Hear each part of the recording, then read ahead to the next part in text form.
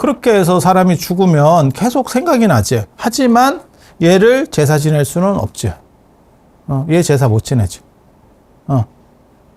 그런데 불교에서는 이게 관계가 없어요.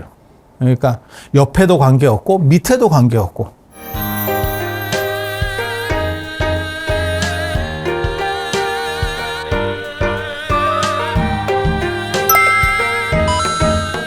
사람들이 제사나 차례 안 그러면 자꾸 제하고 관련돼서 혼란을 빚는 바람에 다양한 것들을 물어와요. 이게 불교의 제계라고 하는 게 있고 유교의 제사라는 게 있어요. 이거는 완전히 문화가 다른 거예요.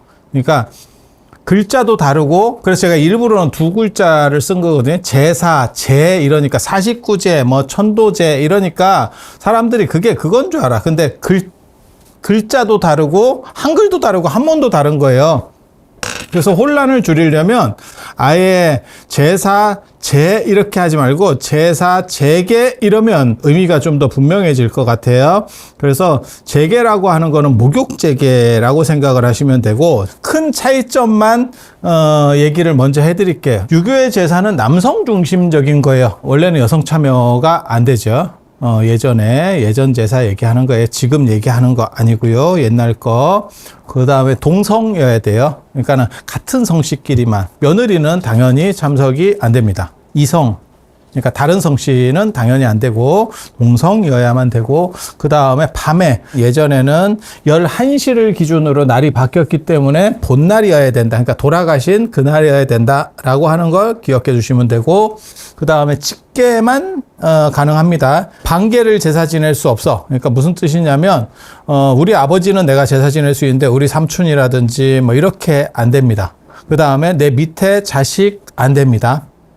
자식 안 됩니다. 쭉 일계로 내려간다고 보시면 돼. 그래서 제가 그런 얘기 하는데, 아버지가 날 낳으시고 어머니가 날 기르셨다. 그게 이제 사자수학 첫 구절에 나오는 얘기거든요. 부생하신 모국오신. 정확하게 말하면 어머니가 낳고 어머니가 기르는 건데도 불구하고 아버지가 낳았다라고 얘기하는 거는 혈족을 얘기하는 거예요. 그러니까 누구 성씨를 따랐느냐를 얘기하는 거예요. 그걸 부계시족제라고 합니다. 부계시족제. 그러니까 아버지 계통을 따른다는 거지. 모계가 있고 부계가 있는 거예요. 그래서 부계시족, 부계를 계승한다. 그게 정답이냐? 그런 얘기를 하는 거 아니야. 그런 얘기를 하는 게 아니야. 우리는 동아시아에서는 그렇게 했다. 이거는 정당하냐 아니냐 이런 걸 따지는 게 아니고, 기존에 이런 시스템이 있었는데 왜 그러냐를 얘기하는 거예요. 그걸 따지면 한도 끝도 없어. 이 세상이 그렇게 따져 들어가면 우리는 다 오스트랄로피테쿠스의 자손이고 당군의 후손이고 성씨도 없어지고 다 이제 막 아무것도 없는 거예요. 그렇게 돼서 그런 얘기를 하려는 게 아니고, 기존에 어떻게 이 사람들은 생각했느니, 모계유풍도 있어요. 불교는 모계유풍이에요. 그래서 사리자 같은 경우도 사리불의 사리의 아들, 사리불은 사리의 아들, 사리가 어머니예요. 그래서 그런 식의 모계유풍도 있는 거예요. 근데 동아시아는 부계유풍으로 했다더라. 지금은 모계도 할 수 있죠. 현대사회는. 그리고 성씨를 부모성을 다 따르는 경우도 있고, 뭐 그래서 양이 원형 뭐 이런 경우도 가능했었고, 그죠? 지금은 모계도 선택을 할 수도 있고 성씨를 바꿀 수도 있죠.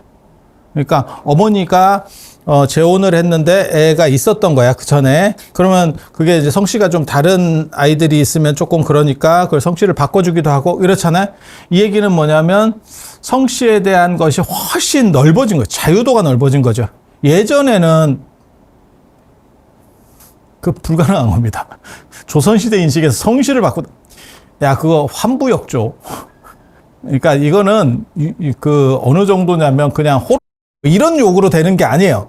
완전히 저거는 사람이 아닙니다. 이제 이렇게 가는 금수만도 못한 놈, 이런 식의 표현이 나와야 되는 건데 시대가 바뀐 거지.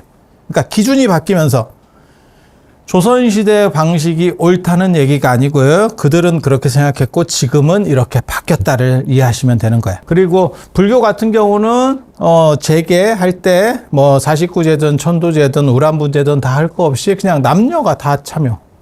그러니까 남성만 있는 게 아니고 남녀가 다 참여. 그 다음에 이성, 여러 성씨들이 막 다 섞여 있는 거죠.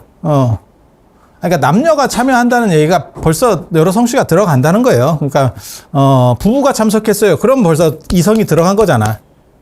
다른 성씨들이 들어가는 거잖아요. 그래서 낮에 하는 거고, 사실은 9시부터 오전 9시부터 11시 쯤에서 해서 좀 길어지면 좀 늘어나지만 원래는 이런 시기에 이 시점에 하는 거죠. 그러니까 낮문화예요. 낮문화. 그리고 직계가 아니더라도 관계가 없어요. 직계 아니고 반계도 다 되죠. 그러니까 뭐 우란분절 뭐 이런 거 이렇게 재지낼 때 보면 뭐 이모도 할 수 있고 고모도 할 수 있고 친구도 할 수 있고, 그 다음에 한국 전쟁 겪으면서 뭐 삼촌이 자식 없이 돌아가셨어. 그건 가능한 거거든요. 그렇게 올려줄 수 있는. 그러니까 이거 관계 없고 직계랑 관계. 여기는 직계만. 근데 직계인데도 밑에는 안 돼. 예. 그래서 우란분절이라고 하는 게 동아시아에서 정착하는 데 있어서 제가 가장 주목하는 건 사실 이거거든요.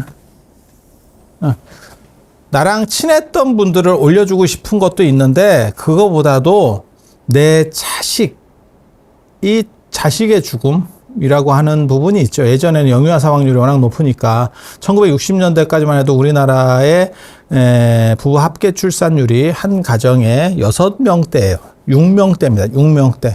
예. 그리고 그렇게 될 수 있었던 이유는 낳는 과정에서 죽는 경우도 있고 키우는 과정에서 죽는 경우도 있기 때문에 최대한 힘 닿게 낳아야 돼. 그리고 그 위로 올라가면 8명대 정도가 된다라고 생각하시면 돼요. 그리고 그게 가능한 거는 일찍 가서 일찍 경기를 시작했기 때문에. 예. 지금 같으면 뭐 말도 안 되는 거고, 지금 뭐 30에 가가지고는 뭐 택도 없는 거고. 그래서 영유아 사망이 두 종류가 있어요. 하나는 자연유산, 몸 안에서 나오는 게 있고, 이제 그거는 사람이 상대적으로 그렇게까지 끼지 않아요. 눈에 밟히지 않는데, 한참 크다가 한 3살, 7살 뭐 이러다가 죽어버리면 거기에 이제 그게 많이 남죠. 그게 없으면 부모겠어? 그렇게 해서 사람이 죽으면 계속 생각이 나지. 하지만 얘를 제사 지낼 수는 없죠. 얘 제사 못 지내죠. 그런데 불교에서는 이게 관계가 없어요. 그러니까 옆에도 관계 없고 밑에도 관계 없고. 그래서 오늘날도 불교에서는 수자령이라고 하는, 수자령이 물에 떠내려간 자식이라고 하는 얘기예요. 그래서 흘려간 자식. 예전에는 흘려보냈다 이런 표현들을 썼었거든요. 지금은 잘 안 쓰는 표현입니다. 자식을 흘려보냈다 이런 얘기 들어보셨어? 잃어버렸다는 얘기거든요. 그래서 떠내려 보냈다, 수자 이런 뜻입니다. 그래서 이게 완전히 다르다는 걸 알 수 있어요. 구조적으로 봤을 때 완전히 다르다는 걸 알 수 있어요. 그런데 유일하게 같은 거는 발음밖에 없어. 그것도 이 발음하고 이 발음인데 이게 한글도 다르고 한자도 달라. 그리고 여기는 제가 전에도 말씀드렸지만 이게 죄 발음이 나는 거예요. 최근까지 죄 발음이 났었는데 이게 제 발음으로 발음이 이렇게 고착화, 약간 된 발음이에요. 죄 이런 발음이 났었어요. 그래서 예전에는 제주 이렇게 하는 게 아니고 죄주 이렇게 표현을 했었는데 이 발음이 지금은 다 구분하기가 어렵게 된 거예요. 그래서 이게 혼란스러워지는 거야. 혼란스러워지는 거야. 의미의 핵심은 뭐냐? 여기는 돌아가신 분을 공양을 올려드리는 게 핵심이에요. 음식 공양이라고 하는 게 음식 공양이 핵심이고,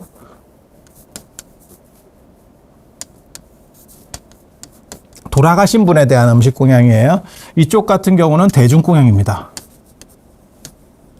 그러니까 뭐 우리 할아버지나 아버님이 돌아가셨어. 그래서 제사야. 그러면 그 어른에게 음식을 공급해 드리는 게 목적이고, 그 다음에 그걸 드시고 난 뒤에 예전에는 상물림이라는 문화가 있었기 때문에 어른이 드시고 난 거를 후손이 먹는 거예요. 후손이 먹는 거. 그 상물림 문화가 있기 때문에 음복이라고 하는 거고, 음복이라는 그 성씨 사람들만 같이 먹는 겁니다.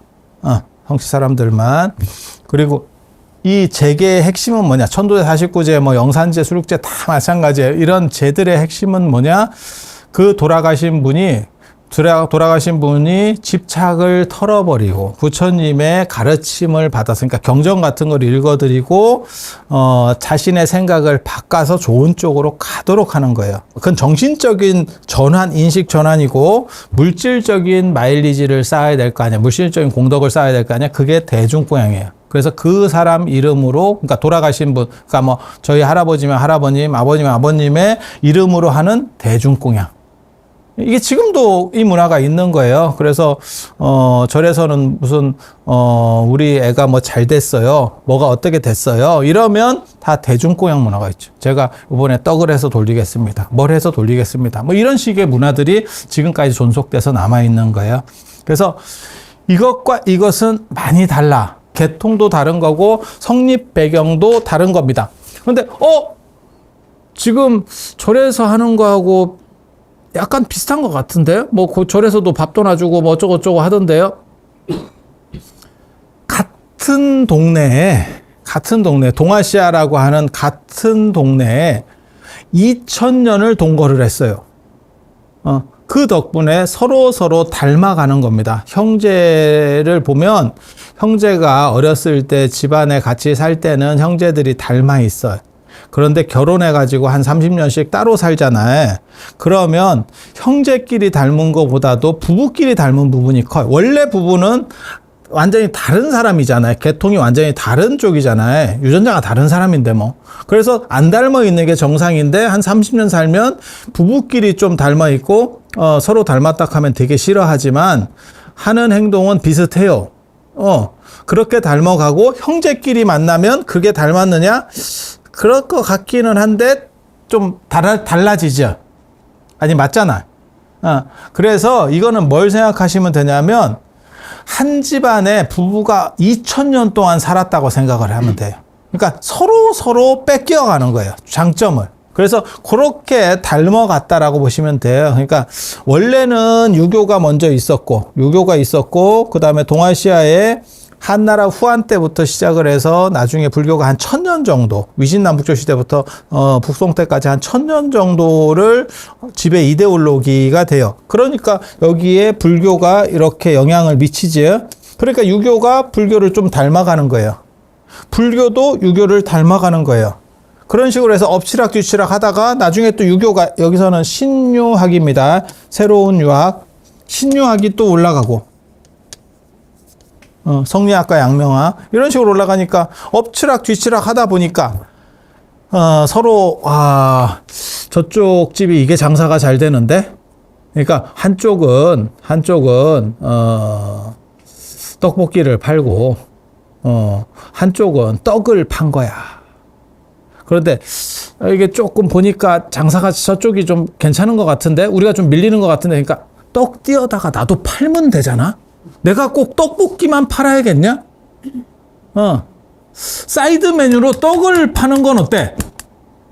누군가 그렇게 생각할 수 있잖아. 그랬더니 떡볶이는 떡볶이대로 팔리고 저쪽 시장을 좀 잠식해 오는 거지. 그러면 저쪽에서 당하고만 있거든요. 이쪽에서도 떡볶이집에서, 떡집에서도 그럼 나도 내가 떡이 기본 베이스인데 그 떡 갖고 조금 버무려 주면 되는 거 아니야? 이 생각을 할 수 있잖아. 그렇게 해서 둘은 비슷해진 거야. 그런데 분명한 거는 한쪽은 떡볶이집이고 한쪽은 떡집이라는 거야. 그 본질이 바뀐 게 아니야. 하나는 덧대진 거야. 덧대진 거. 그래서 비슷하니까 같은 거 아닙니까? 다릅니다.